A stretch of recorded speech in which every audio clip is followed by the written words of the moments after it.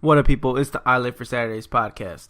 And, my bad, Oklahoma State fans. I said you guys were ready to go to the playoffs, and you still might.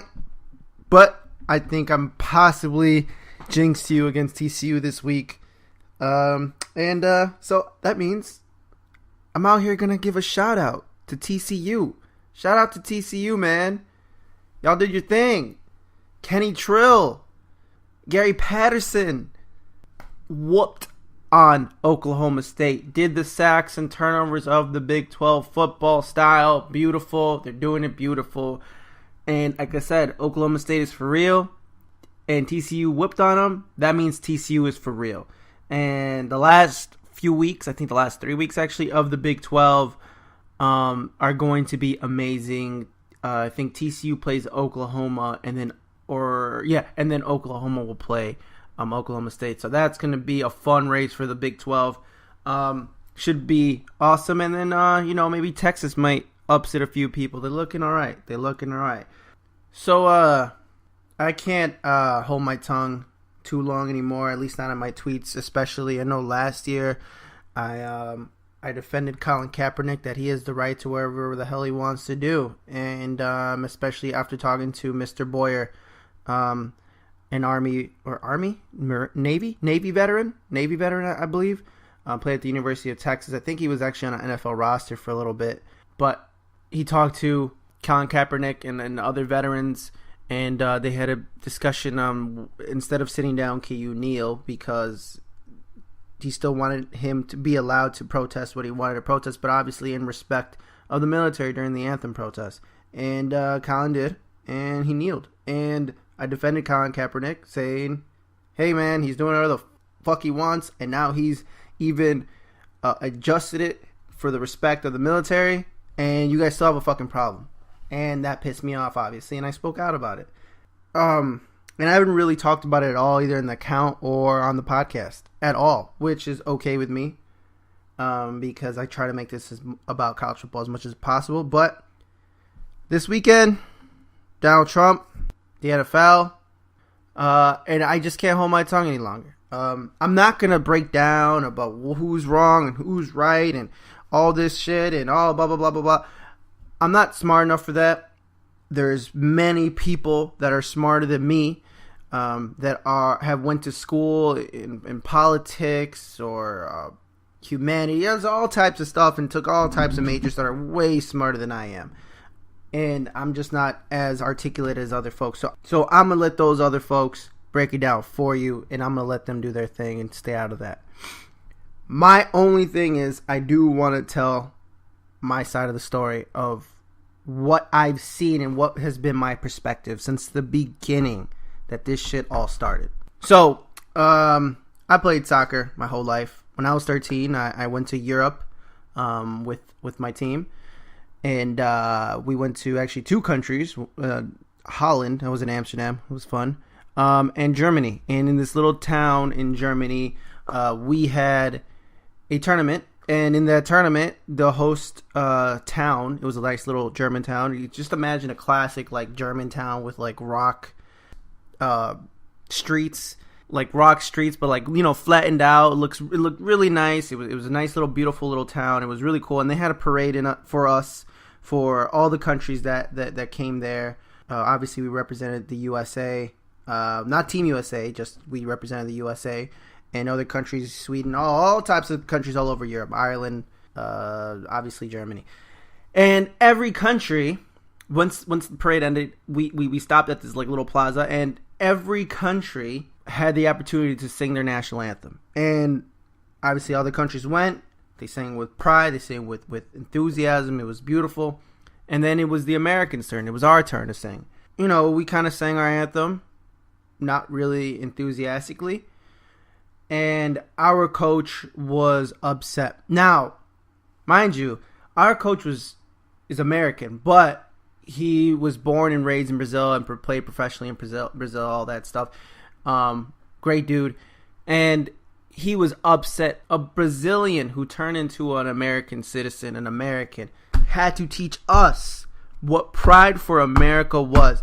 He made us do it again. He told the freaking people, no. We're going to do this again, and they're going to sing with pride and enthusiasm. And we did, and because we were obviously afraid of our coach all the time. But we obviously, we learned a little bit that day, and he afterwards he told us that this is what's wrong with Americans. You guys have no pride in your country. You have no pride in your anthem. When you go to these stadiums, you guys don't sing it with joy, with enthusiasm, almost no pride. And from that day on, I always stood up, obviously, sang with enthusiasm, with my hand over my heart, sang the national anthem, no matter where it was, whether it was at a little high school volleyball game, or we were at freaking New Orleans, where I went to the Sugar Bowl to watch Virginia Tech in Michigan. And ever since then, I've noticed that most Americans really don't have a sense of pride when we sing the anthem. He was 100% right. A Brazilian was 100% right. I've always noticed since I was 13 years old all the way up until last year. I was 24. We don't sing with pride. People still have their hats on. People sometimes sitting down on their phone. People going to their bathroom. Whatever. People talking. People not paying attention. People don't know the words. And this is what has pissed me off since the beginning of this protest. About pure observation, 35 to 50 fucking % of you people never gave a fuck about the national anthem or how the fuck prideful you were. You guys never gave a flying fuck until Colin Kapernick started doing it, until a black man started to protest. And that's what really infuriated me, because you guys, again, it was fucking 11 years. You guys had an 11-year window to prove to me that you fucking cared, and you never fucking cared until a black man started protesting injustices against black people. That was the first time you motherfuckers really started caring. But now all of a sudden, this dude does it, and now you fucking care. When I went to the ACC championship game last year, right, this was after Colin Kaepernick had already done this, and it was hot news and all that. The fucking loudest national anthem I've ever heard, ever, with me personally being there. I had never heard anything more louder or more enthusiasm. So fuck all of you who never gave a fuck about the anthem, fucking had your hats on, fucking weren't paying attention on your motherfucking phone, talking to people. Fuck you, all fucking hypocrites. A major chunk of you are fucking hypocrites. Fuck all you. You never give a fuck. Now that this dude started doing it, now y'all fucking care. Fuck you. I don't give a damn if I'm swearing a lot. Fuck all y'all. You're all a bunch of fucking hypocrites. And last thing, yeah, and it's going to be a short podcast because not much happened in college football, and I think that the best topic was this, and fuck y'all. Hokies versus Clemson. The betting line came out, and I was actually really surprised of what the line was. 7.5? Okay.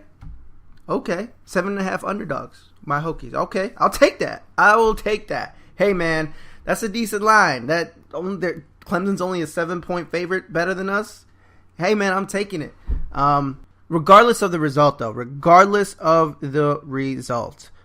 I think as long as we play really well, I don't care what the score is. As long as we play really well, I think we're headed in the right direction. I'm obviously not expecting us being a top program. And some idiot tweeted that we think, Hokie fans think we're an elite program. We've never thought that. Stop that. But I think we're in a step in the right direction if we play well. Regardless of the score, I don't really care about what the score it really is. I just want us to play really well and show the country that we are a tough program. No matter, every time you play the Hokies, it's going to be a very, very tough game, no matter what. And I think best case scenario, we win the game, and then we'll see what happens after that. I'll be honest, I don't think we'll win. I think we'll lose by about 10 points. That's okay with me. I'm not talking about, we got to play them close. Hey, man, they might score 45 points on us, but we might go and score 24. And maybe they had some lucky breaks, maybe some bad mistakes we don't usually do. And that's okay. As long as we're heading in the right direction, I don't expect, obviously, to win a national championship this year. As long as we're heading in the right direction, maybe we go 11-1, 10-2, and then a possible bid to a New Year's Six Bowl. So, that's what I'm hoping for this year. Maybe we go back to the ACC championship game. That should be fun. But if not, I just want to see where are we headed as a program after this game. Where are we at? And that's pretty much it. Like I said, short podcast. Fuck Donald Trump. Peace.